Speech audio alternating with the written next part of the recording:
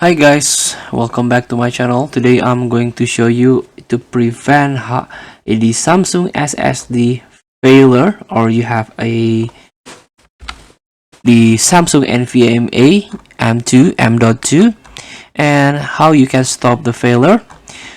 So all you have to do is go to download Samsung Magician here.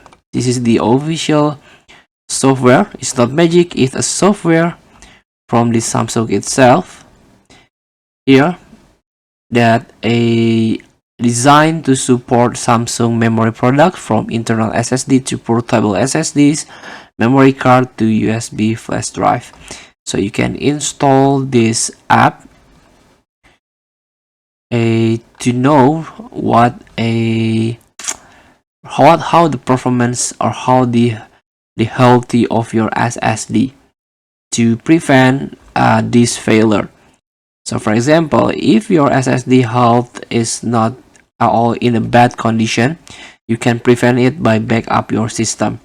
So you can know how the health of your, or you can check your smart check your SSD. You can install this magician software from the official website, the Samsung.